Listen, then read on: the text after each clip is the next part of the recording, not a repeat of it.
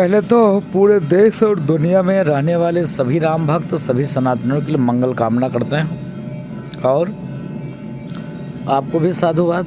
कई दिन से अयोध्या में आप हैं? जी, मैं 3 दिनों से अयोध्या में। 3 दिन से अयोध्या जी में हैं। जी। आप सौभाग्यशाली हो। अयोध्या की महिमा है, कोटि कल्प काशी वसे, मथुरा कल्प हजार, एक निमिष सरजू बसे, तुले न तुलसीदास। अयोध्या की महिमा अनंत है, अकल्पनीय है। और तुलसीदास जी ने लिखा है, अगर पलक झपकते मात्र भी अयोध्या में वास हो जाए तो 100 कोटि यज्ञ के समान है। और आप इतने दिनों से अयोध्या में हो। अयोध्या के साथ साथ अयोध्या की सड़कें, अयोध्या के गलियां, जहां भगवान खेले होंगे, भ्रमण किए होंगे, घूमे होंगे, जनता की चिंता और चिंतन किए होंगे। इस गलियों में घूमकर आप अयोध्या कैसे डेवलप हो रहा है, अयोध्या कैसे विकास हो रहा है, अयोध्या जी कैसे आगे बढ़ रही है, ये सारा चीज़ आपने दिखाया है। नव भव्य दिव्य मंदिर का निर्माण हो रहा है।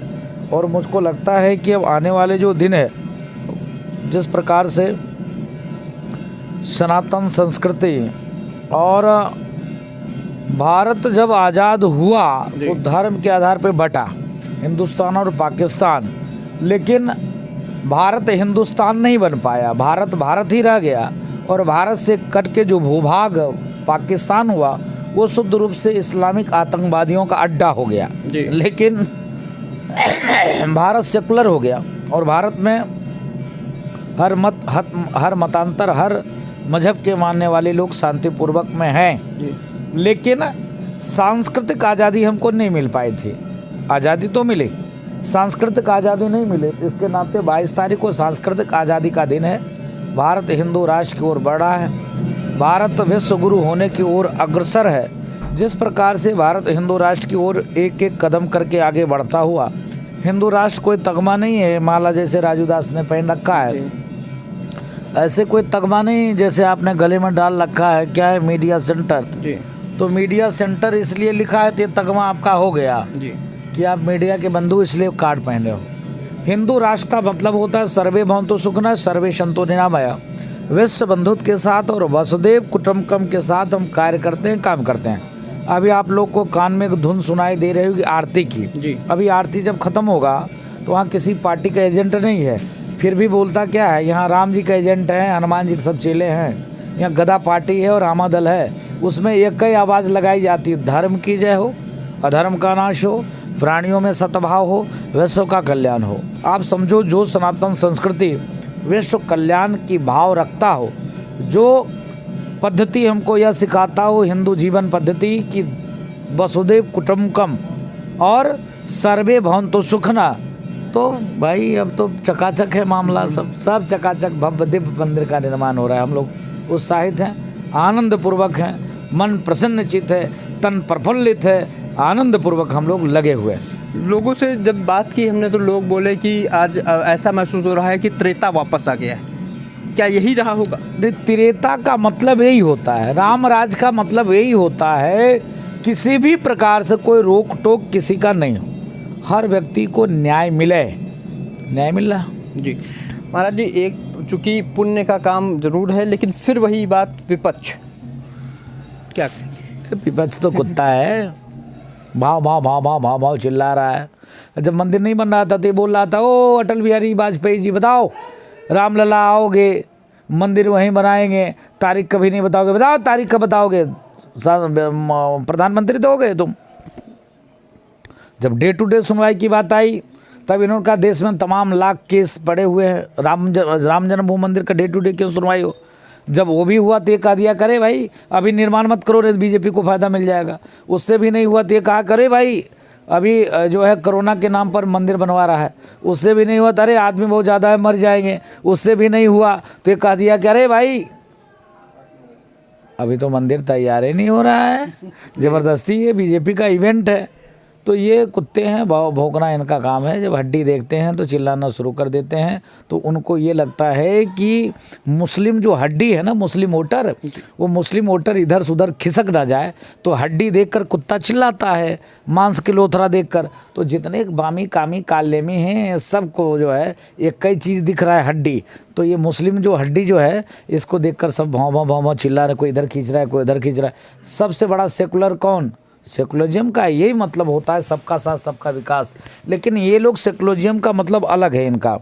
इन लोग का सेकुलरिज्म का मतलब है कि शुद्ध रूप से इन लोग इनकी भाव शुद्ध रूप से खराब है। और ये लोग यही चाहते हैं सदैव कि सनातन का नुकसान हो, सनातन संस्कृति का नुकसान हो, हिंदू से लड़ा है। ये शुद्ध रूप से इन लोग का एक ही काम है और कोई काम नहीं है, और बाकी सब ठीक है। जय जय सिया राम। जी, ये अंतिम, चूँकि आपके बहुत सारे अनुयायी हैं, आपको देखते हैं, क्या कहेंगे कल जब 12:20 पे वो शुभ मुहूर्त आएगी, उस समय आप लोगों से क्या निवेदन करेंगे? मैं निवेदन करूँगा, समस्त सनातन धर्मियों से अपील करूँगा कि आप जिस प्रकार से इतने वर्ष लगे भव्य दिव्य मंदिर तक पहुँचने के लिए, गुरुओं ने जो कुर्बानी दी सनातन धर्म संस्कृति की रक्षा और सुरक्षा के लिए, जिस प्रकार से गुरुओं के बच्चे को दीवार में चुनवा दिया गया, उनके बीच चौराहे पर चमड़ी उधेरी गई, इतने उन्होंने सनातन धर्म संस्कृति की रक्षा के लिए इतना उन्होंने कार्य किए, काम किए।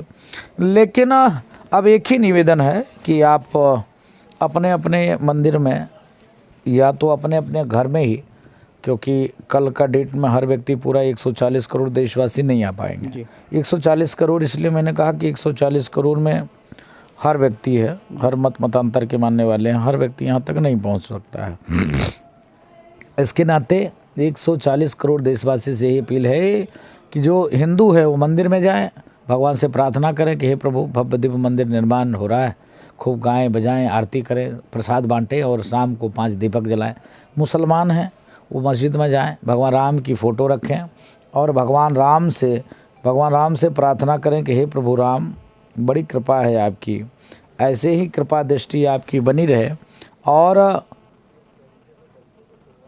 अल्लाह करें ऐसा कि पूरे विश्व में जो सनातन सिखाता है सर्वे भवन्तु सुखना, इस भाव से। ये नहीं कि बुत पूजक काफिर होते हैं, इनके गला काटने से 72 हुरे मिलते हैं, जन्नत मिलती है, ये भाव नहीं। जो सनातन सिखाता उस भाव से। अगर ईसाई को मानने वाले हैं तो चर्च जाएं और वहाँ एक भगवान राम की फ़ोटो रखें और प्रभु यीशु से प्रार्थना करें कि पूरे विश्व में सामंजस्य और समानता स्थापित हो, पूरा विश्व ऐसे समन्वय बनाकर और सब मानवता की सेवा करें और विश्व का कल्याण करें, ऐसा भाव करके प्रार्थना करना चाहिए। इसी 140 करोड़ में विपक्ष भी आ गया महाराज जी, वो क्या करे? विपक्ष जो है शुद्ध रूप से, अगर भगवान कृष्ण, अगर उनको ये लगता है कि भारतीय जनता पार्टी ने अयोध्या को हाईजैक कर लिया है तो चला जाए मथुरा, भगवान कृष्ण के पास जाए, सारा विपक्ष इकट्ठा होकर उनसे प्रार्थना करे कि हे प्रभु, आने वाला जो दिन है कृष्ण जन्माष्टमी, आपका भव्य दिव्य मंदिर का हम निर्माण करेंगे। अगर वो सात्विक प्रवृत्ति का नहीं है, तामसी प्रवृत्ति का है, तो भोले बाबा सबके ऊपर कृपा करते हैं, क्योंकि वो अवघड़दानी है। क्या देवता और क्या राक्षस, राक्षसों को भी उतने प्यार करते हैं भोले बाबा और देवताओं को भी उतने प्यार करते हैं।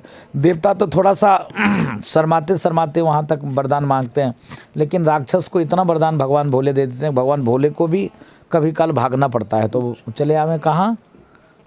काशी। और काशी आने के बाद भगवान भोले से प्रार्थना करके हे प्रभु, हम निशाचर वंश के हैं और आप मुझको आशीर्वाद दीजिए, क्या करें, मांसाहारी जीव हैं, राम जी के पास पहुंच नहीं सकते, भगवान कृष्ण के पास पहुंच नहीं सकते, आप अवघड़दानी हो, आप शमशान में रहते हो, वहीं जो लाश पास पड़ी रहेगी हम भी खा लेंगे, इसलिए आपके पास आए हैं और खूब वहाँ मंदिर का वो निर्माण करें, बस चकाचक हुए मामला। तो वो कहेंगे कि आप ज्ञानवापी की ओर इशारा कर रहे हैं? तो ज्ञानवापी, अरे यार गजब बात करते हो। मैं तो कहता हूँ अपने 3 अब लेंगे 30,000, पूरे हिंदुस्तान में नहीं बचेगा ये को मजार।